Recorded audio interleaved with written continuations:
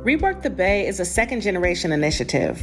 With roots as a funders-only table, launched in 2004, we're a transformative initiative that brings together leaders from wide-ranging sectors who share a vision of an equitable future, but who are focused on different pieces of the puzzle. We envision a future where all workers have security, agency, a sense of belonging, and access to the tools, resources, and opportunities needed to actualize their full potential for their own well-being and that of the greater community. We've been thinking about how do you advance the individual worker themselves? How do they get to the next level? How does one climb in this society? ReWork the Bay is really about trying to harness the community wisdom around what it takes to have a strong workforce in the Bay Area with the resources that philanthropy has to offer to support that work. When you think about workforce development, you think about finding somebody a job. That's not it. It's not just getting someone a job, but is it a good job?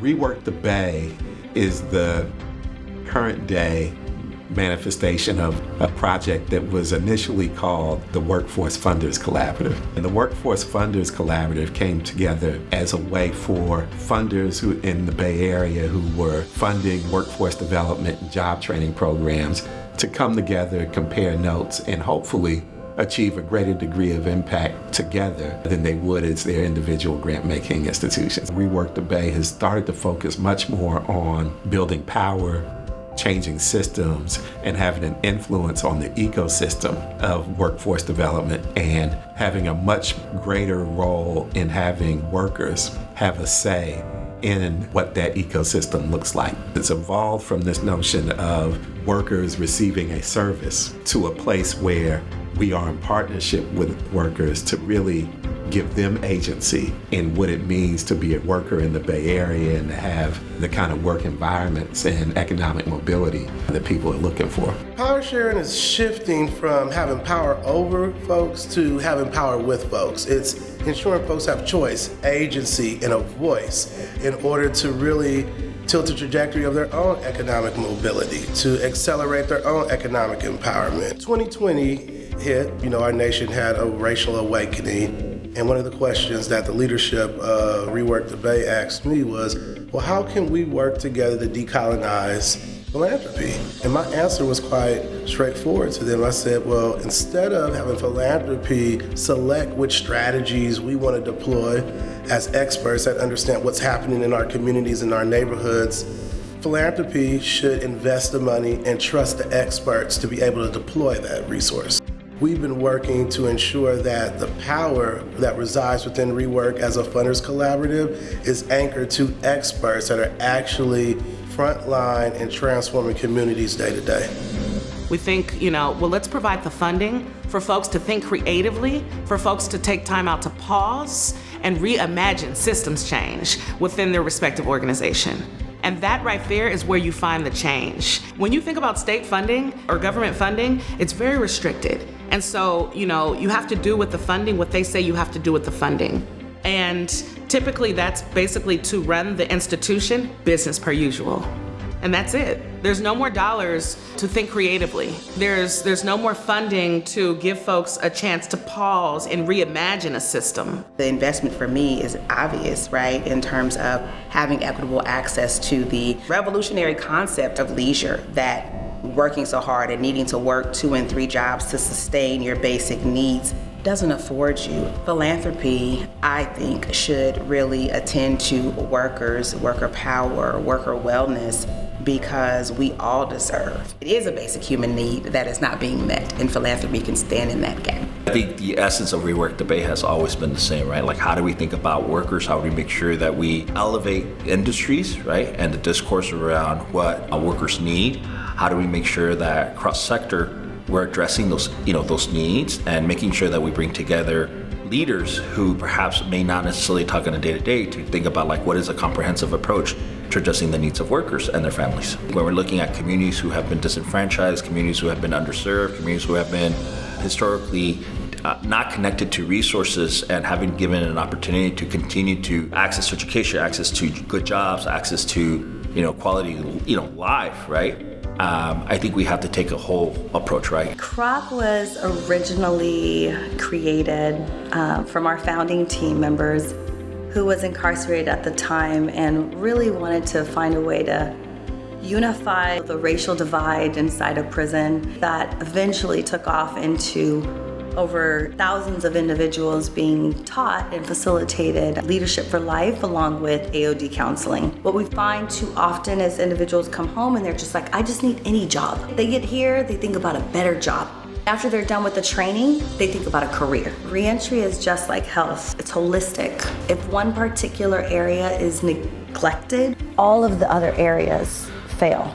We have the resources here to provide everyone with what they need in order to successfully reintegrate back into society.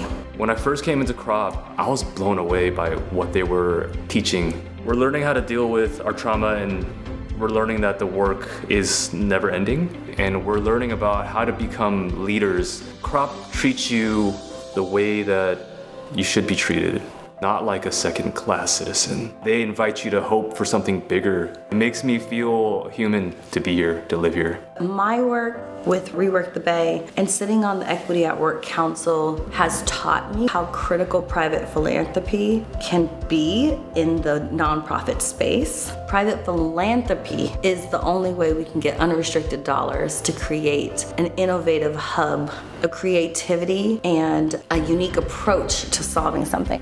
Hijas del Campo was born during the pandemic and during the wildfires that were happening in 2020. Translating the name directly means Daughters of the Field. And for my fellow co-founder and I, what this really means, it's a heart project, but it's also who we come from and where we come from and honoring that. A lot of people that are working in the fields experience a lot of discrimination, but also hiding in the shadows. And so as daughters of farm workers, we want to say you don't have to hide in the shadows. It's so ironic, the people picking our food are the ones that are having the hardest time securing food for themselves.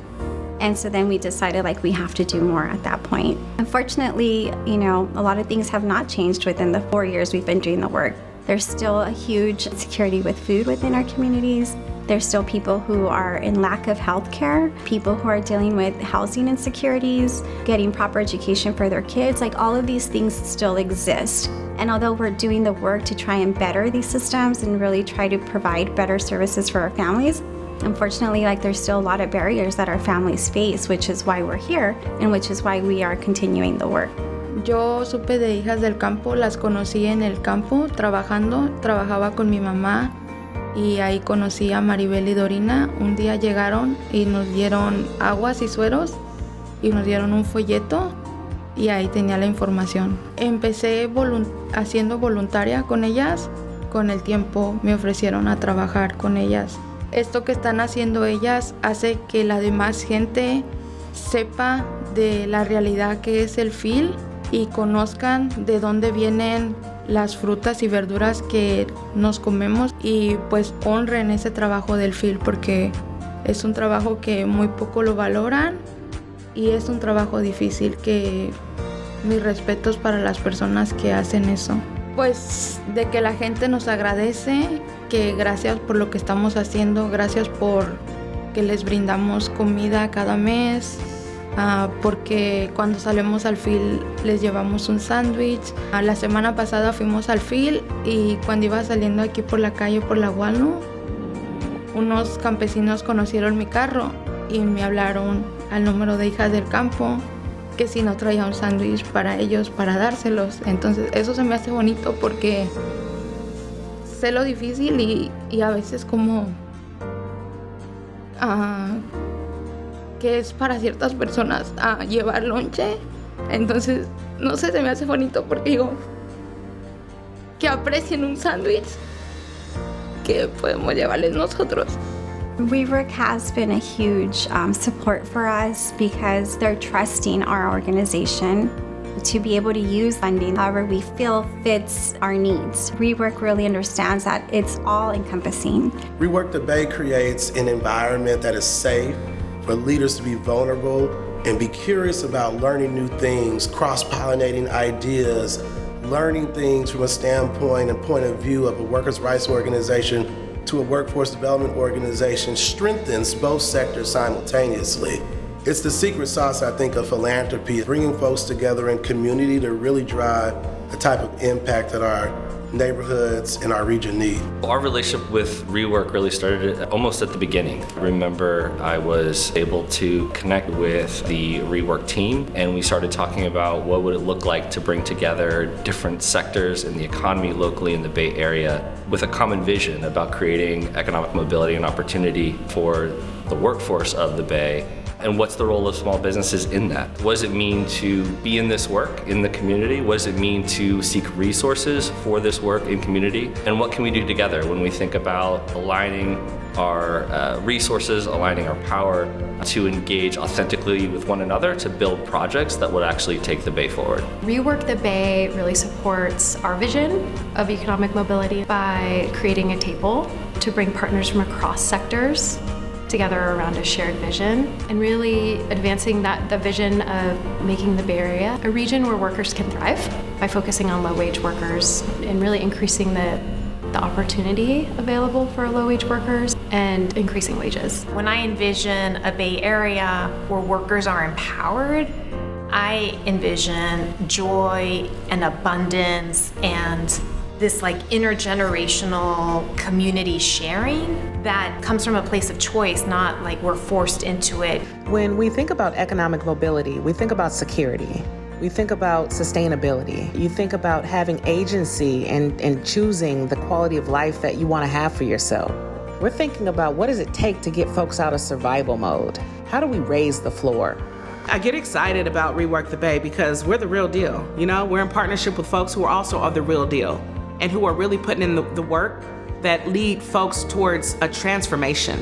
Economic mobility is about how a job can lead to a career. Economic mobility is about how a career can allow you to save and build wealth and assets and resources for you and your family to be able to deploy in times of need. And economic mobility is about the ability to withstand challenges and setbacks without it leading to catastrophe. That is a much more comprehensive view of what it means to develop a workforce, and it requires more than just job placement and job training. We have been called to think bigger. We have been called to think even bolder.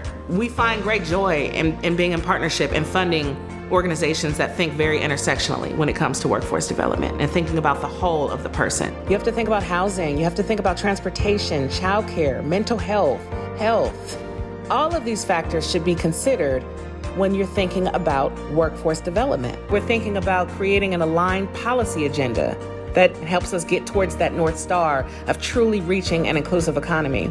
And we're thinking about creating spaces for funders and folks to kind of unlearn and relearn and try on new hats and new ways of being so that ultimately we can really reimagine our roles within the philanthropic sector. The impact that ReWork the Bay is seeking now is in the area of instilling in workers, particularly low-wage workers or workers that are in dangerous jobs and things like that, giving them more power and agency to dictate the kind of workforce environment that they want and the kind of economic mobility that they need for themselves and their families and their communities. Looking back, there's been so much to be proud of and so much to build on, and I'm so excited for what's going to come in the next 20 years because there's a pushing of the status quo, there's a pushing of that envelope, there's a pushing of getting us closer to low-income people of color, being able to have dignity. And during these last 20 years, the inequities have only increased. And so I think that facing that reality now forces us to be more creative. And I think that ReWork is going to play a really critical role in challenging dominant institutions. People should support ReWork the Bay because it works. Combining the wisdom and know-how of people on the ground who are doing this work with the kinds of resources that can be pooled and deployed to make a difference in the lives of folks who are working in the Bay Area. That's important work and it's impactful work, and it's something that I believe anybody who cares about the Bay Area should support. My hope for the future of ReWork the Bay is that it continues to be a place of partnership between community and philanthropy, and that it continues to be a place where innovation is encouraged and new things can be tried out and experimented with. And then the learnings of all of that can be translated into solutions at a scale that matter. I'm just proud of the fact that ReWork the Bay is on the front line. Over the next 5 years, you're gonna see ReWork the Bay really rolling up our sleeves and really, really pushing towards a new way of being. I would encourage other funders to join our efforts. Join us. The paradigm shift is coming. What side of history do you want to be on? If you want to go on a journey where you meet the needs of today, contact ReWork the Bay.